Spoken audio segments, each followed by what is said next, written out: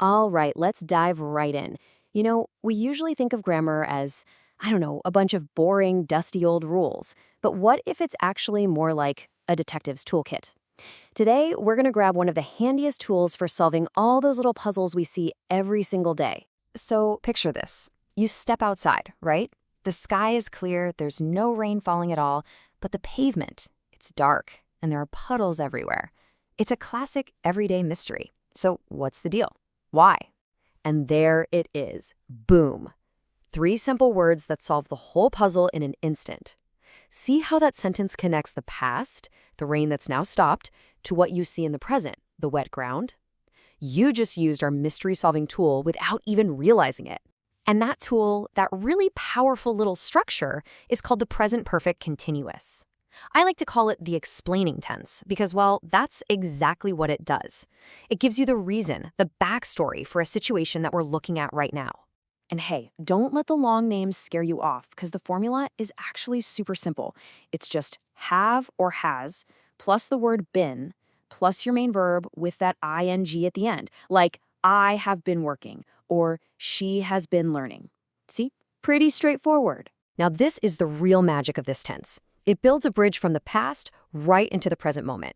It shows us an activity that started earlier, and it either continues all the way up to now, or it has just stopped, leaving behind some clear result that we can see. So the million-dollar question is when to use it. And honestly, it really just boils down to two key situations.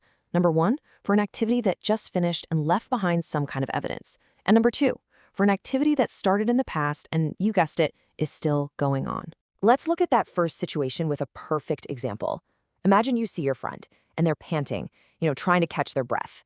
The evidence is right there in front of you, their physical state. The question you'd naturally ask connects that present evidence to that recent finished action. Have you been running? Okay, so that covers actions that have just stopped. But what about the second main use? Well, that's for talking about an activity that started in the past and is still happening, especially when we want to focus on how long it's been going on. Let's go all the way back to our first mystery. We already know the ground is wet because it's been raining. But now we can add even more detail. We can explain the duration. We could say it's been raining for 2 hours. That tells us the rain started 2 hours ago and has only just now stopped. Or maybe it's even still drizzling. The focus here is on that length of time leading up to the present. And whenever we talk about duration, there are a few little signal words that are basically your best friends. How long, for, and since. These are huge clues that you should probably be using this tense. For instance, you could say, she's an amazing tennis player. She's been playing since she was 8. Okay, this is where things can sometimes get a little tricky for people. How is saying I have been doing any different from the simpler I am doing? I mean, they sound pretty similar, right?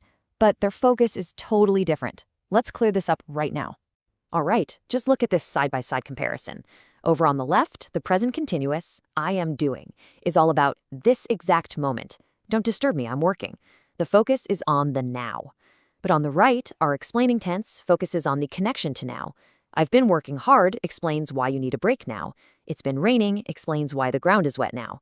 So one is about the moment, and the other is about the story that led up to this moment. All right, you've got the tools, you get the logic, so now it's your turn to be the detective. Let's put this into practice and see if you can solve a couple of these quick situational mysteries yourself. Okay, so you run into your friend Kate. She's walking right out of the local pool. Her hair's all wet, and you can smell that faint chlorine scent. What's the logical question to ask her about what she was just doing? Exactly. Have you been swimming? It's the perfect question. You see the present result, her wet hair, and you use the present perfect continuous to ask about the recently stopped activity that caused it. See? You're a natural at this. Okay, one more for you. Let's say a friend mentions they sell phones for a living. You're curious, and you want to know about the duration of their job, an activity that started in the past and is still going on. What do you ask? Perfect. How long have you been doing that?